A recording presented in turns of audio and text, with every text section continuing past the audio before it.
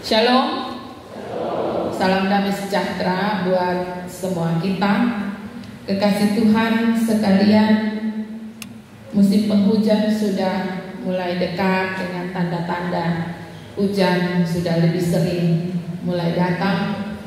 Tetapi sumber-sumber air justru sementara ada di puncak-puncak kekeringan. Banyak sumber air yang sudah mulai kering. Bacaan kita diajak untuk berbicara di bawah tema bersama merawat sumber air, mendatangkan damai sejahtera. Saudara-saudaraku yang kekasih, perikop bacaan ini bercerita tentang Ishak. Jadi ini ceritanya Abraham sudah meninggal. Jadi Ishak dan keluarganya, ya. Ishak bersama Ribka dan anak-anaknya. Saudara-saudaraku yang kekasih dalam kasih Tuhan kita Yesus Kristus, ayat 1 memberikan gambaran kepada kita kondisi di Kanaan, tempat di mana Ishak tinggal. Di situ dikatakan timbullah kelaparan di negeri itu. Ini bukan kelaparan yang pertama, karena pernah terjadi pada zaman Abraham. Artinya kondisi tempat tinggal Ishak, di tempat itu telah terjadi kelaparan. Nah, kelaparan pasti karena kekeringan, ya. Sehingga hasil panen tidak cukup, ya. Persediaan pangan tidak tersedia, sehingga menimbulkan kelaparan yang cukup hebat. Artinya negeri itu sedang mengalami kekeringan dan kelaparan. Dan pada saat itu Allah menampakkan diri kepada Ishak untuk menahan dia untuk tidak merantau, tidak keluar dari negeri itu. Jangan engkau pergi ke Mesir, tetaplah di sini dan aku akan memberkati engkau. Saudara-saudaraku yang kekasih dalam kasih Tuhan kita Yesus Kristus, selanjutnya kita akan berjumpa dengan ayatnya yang ke-12. Di situ dikatakan bahwa di tempat yang kering dan kelaparan, ketika Ishak taat pada janji penyertaan Tuhan, maka ia menanam. Ya, bayangkan di tengah-tengah tempat yang kering, tapi ia meyakini akan janji penyertaan Tuhan. Dia yakin bahwa Tuhan akan menyertai dia. Ini sesuatu yang luar biasa juga, ya. Ternyata bahwa iman yang diturunkan oleh papanya Abraham, kehidupan beriman dari seorang Abraham yang diturunkan kepada anaknya, sungguh menjadi berkat bagi anak ini. Ya, Ishak ketika ia hidup sendiri tanpa papa, ia tetap mengingat akan pengalaman iman bersama dengan bapaknya. Karena itu ketika Allah berjanji kepadanya, jangan keluar, lu di sini nanti beta berkati dengan engkau. Dan apa yang luar biasa, dia pegang itu janji Tuhan. Di negeri yang kering dan lapar, dia berani menanam. Ini sesuatu yang luar biasa. Siapa yang berani bertanam kalau tahu musim kekeringan panjang? Dia berani tanam, ya. Dan kita tahu rahasianya ialah dia orang yang rajin. Dia suka gali sumur. Jadi sumur ada di mana-mana. Karena itu dia bertanam. Di ayat 12, menaburlah Ishak di tanah itu. Di tempat yang penuh dengan kekeringan, di tempat di mana orang ada lapar, Ishak menabur. Ishak bertanam. Dan janji Tuhan terbukti bahwa ia mendapatkan hasil 100 kali lipat. Luar biasa. Jadi kalau dia membibit 1 belet, saat dia panen 100 belet. Ya. Saat dia tanam jagung 1 bulir, 1 bulir jagung, saat dia panen 100 bulir jagung. Ini sesuatu yang luar biasa, yang tidak berani dikerjakan oleh banyak orang, tetapi berani dikerjakan oleh Ishak dalam iman dan percayanya. Saudara-saudaraku yang dikasih dalam kasih Tuhan kita Yesus Kristus, Allah memberkati Ishak dalam segala usahanya di tahun-tahun kekeringan dan kelaparan negeri Kanaan.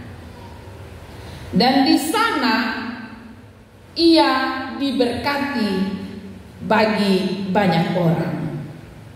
Ketika berbicara tentang kekeringan dan kondisi yang ada, kemarau yang berkepanjangan, ada 3 hal yang bisa saja menjadi penyebab. Yang pertama, hukum alam, bahwa memang negeri itu mungkin saja negeri yang curah hujannya sedikit, ya. Yang kedua bisa juga karena ulah manusia, yaitu ya menebang pohon. Kita lihat kondisi saat ini ya, hampir semua tempat itu diisi dengan rumah dan banyak rumah yang tidak tanam pohon, sehingga bagaimana bisa terbentuk awan untuk bisa menurunkan curah hujan kalau tidak ada pohon? Bagaimana dia mau mengeluarkan ya O2? Kemudian yang ketiga, dalam iman kita meyakini bisa saja itu terjadi atas kehendak Tuhan, atas izin Tuhan. Negeri itu mengalami kekeringan. Kenapa? Kenapa Tuhan harus mengizinkan kondisi ini? Kita harus belajar bahwa apapun yang Tuhan izinkan terjadi dalam hidup kita, Tuhan bermaksud agar kita hidup bergantung kepadanya.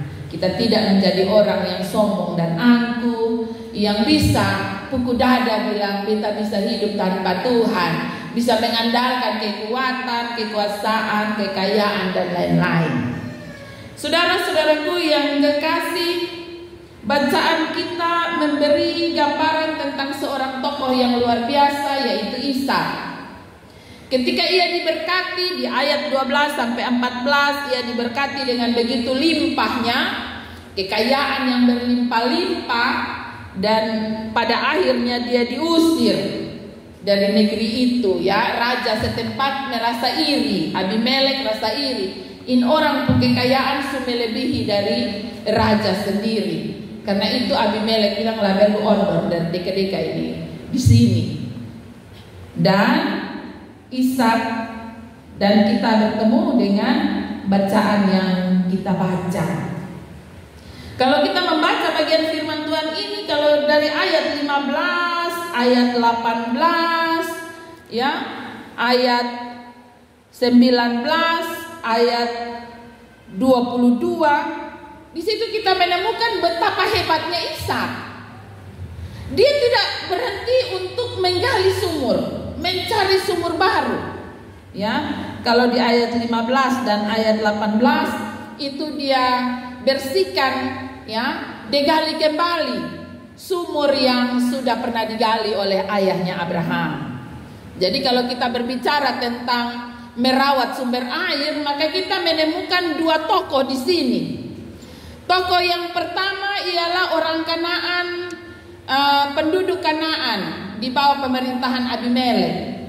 Mereka ini orang yang pemalas. Kenapa saya bilang pemalas? Bahkan sumber air pada masa Abraham gali, mereka bikin rusak, mereka tutup. Itu penyebab, salah satu penyebab kekeringan. Itu yang tadi saya bilang ulah manusia, ya. Di sini kan dikatakan di ayat 15 bahwa segala sumur yang digali dalam zaman Abraham itu telah ditutup oleh orang Filistin dan ditimbun dengan tanah. Ini orang negeri Sukeri ada sumber air, bukannya dijaga, dirawat, dibersihkan, mereka bikin rusak, timbun dengan tanah, tutup, timbun dengan tanah. Di ayat 18 lagi Ishak kembali menggali sumur-sumur yang digali oleh Abraham ayahnya. Jadi kita menemukan bahwa tokoh yang pertama ialah orang-orang yang sontau diri, ya. Sumur-sumur sebelumnya itu digali oleh Abraham. Mereka tinggal menikmati, mereka tidak saja menikmati, mereka rusak dan tutup. Kemudian di bagian yang kedua kita menemukan tokoh yang kedua, yaitu Ishak dan keluarganya. Ishak lebih memilih untuk merawat, terus merawat, menjaga dengan baik barang yang rusak, sumur yang setutup, sumur yang telah ditimbun dengan tanah. Dia bikin babai, dia gali, dia atur supaya bisa keluar sumber air, sehingga bisa memberkati kehidupannya orang-orang di sekelilingnya. Dan ia itu terus melakukannya tanpa henti. Dia tipe orang yang rajin. Ya, saudara-saudaraku yang kekasih, pasti musim panas ini kita banyak menuju sumber-sumber air ya. Kita mencari air untuk mandi, sumber-sumber air kan terlalu panas di rumah, kita mencari mata-mata air. Itu ada satu mata air di jembatan Ararat Haukoto, itu biasanya menjadi tempat orang mencuci pakaian, rame di situ. Nah, coba lihat di itu mata air, apa yang ada di situ. Lumos sampo segala macam jenis kulit ada di situ. Sabun daya segala bentuk warna ada di situ di plastik. Molto penyedap pengharum, kau bikin harum kau baju, tapi kau bikin rusak sumber air dengan meninggalkan sampah di sana. Ya, ini contoh kondisi-kondisi kita manusia saat ini. Kita tinggal menyelompokkan kita pun diri. Kita ada di kelompok yang pertama atau kita ada di kelompok yang kedua, yaitu Isa yang merawat barang yang rusak, dia rawat, dia atur, dia bikin baik sehingga itu menjadi berkat bagi dirinya sendiri, bagi keluarganya dan juga bagi orang lain. Saudara-saudaraku yang kekasih dalam kasih Tuhan kita Yesus Kristus, dan ketika kita berbicara tentang tokoh Ishak, maka kita menemukan ada karakter baik yang bisa menjadi bagian dari perenungan kita pada pagi hari ini. Yang pertama, Ishak selalu mendengar suara Tuhan. Ya, dia tahu bahwa kondisi di Kanaan penuh dengan kekeringan, tetapi ketika Tuhan berbicara kepadanya, ia mendengar. Ia taat, ia setia, dan ia tetap ada di situ untuk mengusahakan apa yang bisa ia kerjakan. Ya, ini menjadi karakter yang baik. Ya, ketika kita ditempatkan di tempat yang mungkin tidak menyenangkan, di tempat kerja yang mungkin suasana kawan-kawan dong sone bersahabat atau bosnya terlalu keras atau apa lain-lain. Mari kita belajar dari karakter Ishak yang pertama ini. Ia mendengar suara Tuhan dan ia berpegang pada janji Tuhan. Ya, bahwa dimanapun ketika Tuhan mengizinkan kita ada, marilah kita ada dalam kesetiaan dan kita melakukan segala sesuatu dalam roh takut Tuhan. Maka pasti Tuhan memberkati. Yang kedua, karakter Ishak yang bisa kita renungkan ialah dia simpan kaki tangan. Ya, orang Kupang bilang ini anak simpan kaki tangan, artinya bahwa dia rajin. Papa mama bayangkan bahwa sumur yang tutup saja dia gali sumur-sumur, berarti bukan hanya satu sumur. Di ayat 15 maupun ayat 18, sumur-sumur yang telah digali dalam zaman Abraham, berarti ada begitu banyak mata-mata air yang telah rusak dan ditutup. Susun ada air di situ lah, kelihatan kering. Tetapi dia rajin, dia simpan kaki tangan. Apa mama? Dia bukan orang yang tidak punya. Dia sangat kaya, bahkan seorang Raja Abimelek saya iri hati dengan dia. Tapi dia simpan kaki tangan. Dia kerja, semua sumur dia gali habis. Di tempat di mana ia ditolak, dia pitambah lain, dia cari lain. Dia tidak pernah berhenti. Saudara-saudaraku yang kekasih, di sini kita belajar ialah jangan putus asa. Ketika kita ditolak, ketika kita diusir, ya, Ishak ini diusir oleh Abimelek, diusir, tidak diterima, hasil pekerjaan kita dirusak, tidak dihargai. Kita belajar dari karakter Ishak, dia tidak putus asa, dia tidak hilang pengharapan. Dia tetap meyakini bahwa Tuhan ada di sampingnya. Karena itu dia rajin, dia terus bekerja. Dia terus mencari jalan keluar dari setiap persoalan yang ia hadapi. Kita dapat membaca di ayat yang ke-20 dan ayatnya yang ke-21 ada dua sumur yang digali oleh Ishak dan para pekerjanya, dan di tempat itu orang baku rampas itu air. Lihat ini kelompok yang pertama ini. Ya, yang pertama dong bikin rusak air, kemudian orang gali dapat air, dong bilang itu dong punya. Baku rampas. Kalau sudah lihat, nah dong baku rampas. Nah, di sini kita belajar bahwa Ishak tidak putus asa. Dia selalu mencari jalan keluar dari setiap persoalannya. Ketika ada pertengkaran soal air, dia lebih memilih geser. Dia ondor, dia cari yang baru. Dia perlu bertengkar dengan orang-orang itu.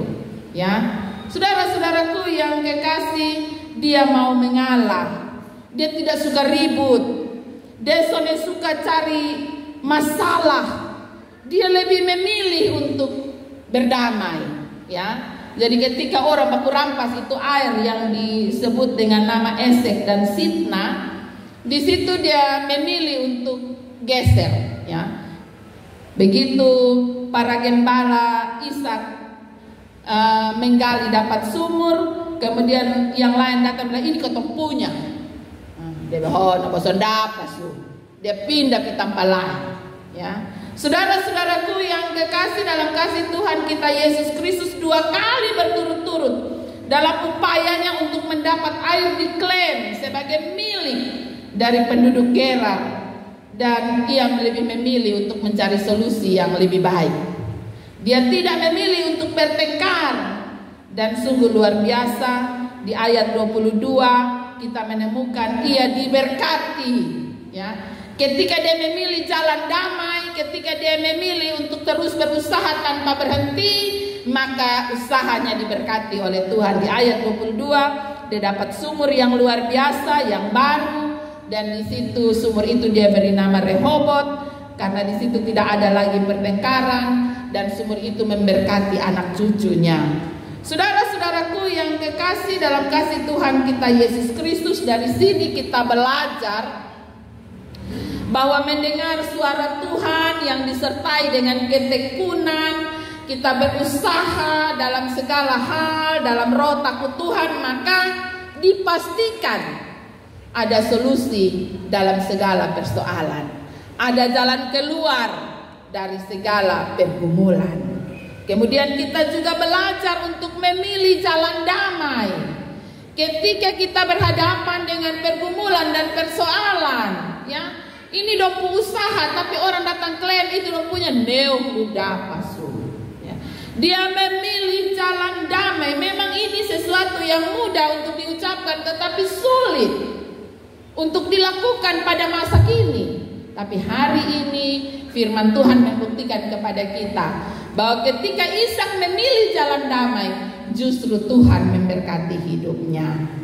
Dan kita juga belajar bahwa Allah yang berjanji kepada Ishak bukan sekedar berjanji, tetapi penyertaannya sungguh sempurna di dalam hidup Ishak dan keluarganya. Kalau kita membaca sampai selesai, kita menemukan bahwa di ayat 24 Allah kembali datang kepada Ishak dan memperbaharui janjinya bahwa aku akan memberkati engkau, aku akan menyertai engkau, aku akan membuat banyak keturunanmu. Saudara-saudaraku yang kekasih, itu berarti segala yang dilakukan oleh Ishak ada dalam pengamatan Tuhan. Ya, apa yang dia buat ada dalam pengamatan Tuhan. Ya, setelah Tuhan menjanjikan janji penyertaannya pada ayat sebelumnya, maka kita menemukan bahwa setelah itu Tuhan seolah-olah ondor, ya, dan Ishak berproses dalam janji Tuhan. Tetapi Tuhan tidak meninggalkannya dan Tuhan tidak melupakan janjinya. Sehingga di ayat yang kita baca, di ayat 24 kita menemukan bahwa Allah kembali datang dan meneguhkan janji tersebut. Saudara-saudaraku yang kekasih dalam kasih Tuhan kita Yesus Kristus, kita ada di dalam bulan lingkungan hidup, kita ada di bawah tema merawat air. Maka kita menyoroti karakter Ishak yang rajin, yang mau mengalah, yang selalu berusaha dan yang tidak putus asa. Kita juga belajar bahwa dari karakter tersebut ia mampu melakukan segala yang baik yang bisa kita tiru pada masa kini, yaitu segala sumber-sumber air, ya, mata-mata air yang menjadi sumber kehidupan bukan saja bagi kita tapi bagi keturunan kita, anak cucu kita, mestinya menjadi tanggung jawab bersama kita, ya. Ada orang yang suka merusak apa yang sudah ada, tapi ada orang yang mampu memiliki kemampuan untuk berani bertanggung jawab dan merawat alam yang Tuhan berikan. Saudara-saudaraku yang kekasih, dari sini kita lihat sikap Ishak ini. Mari kita merenungkannya, kita berefleksi untuk terus memiliki tanggung jawab, merawat, menjaga, melestarikan. Karena terbukti dari bacaan kita bahwa bagi mereka yang merawat sebagaimana perintah Allah kepada Adam untuk merawat alam sekitarnya, maka itu pun dilakukan oleh Ishak pada masanya. Dan Allah memberkati setiap usaha yang ia lakukan. Saudara-saudaraku yang kekasih, nanti pada akhirnya kalau kita membaca bagian ini sampai selesai di ayat 28, Abimelek mengakui. Dia bilang begini, kami telah melihat sendiri bahwa Tuhan menyertai engkau. Ya, ini Abimelek akhirnya datang dan akui di Ishak. Dia bilang, ternyata kotong usir lu dari satu tampak ke satu tampak, kotong tutup ini mata-mata air, kotong tambah tengkar dengan lu. Luar biasa, ternyata Tuhan menyertai engkau, ternyata Tuhan memberkati engkau. Abimelek sebagai raja di Kanaan pada saat itu mengakui akan penyertaan dan kasih sayang Tuhan bagi Ishak dalam setiap apa yang ia lakukan dalam roh takut Tuhan. Saudara-saudaraku yang kekasih, pada akhirnya kita akan kembali ke dalam kehidupan keluarga kita masing-masing. Kita akan menjalani hari hidup kita. Dunia yang semakin panas, kondisi yang semakin panas, bahkan musim hujan yang sekarang juga sudah tidak jelas, tidak menentu. Mari kita bijak menggunakan dan merawat apa yang sudah Tuhan anugerahkan bagi kita lewat segala yang hidup, baik itu tanaman, lingkungan yang ada, bahkan air. Jadilah orang-orang yang selalu bersikap positif di dalam melihat kemurahan Tuhan dalam hidup ini. Jangan jadi orang yang hanya hidup dengan iri hati, apalagi bikin rusak yang sudah ada.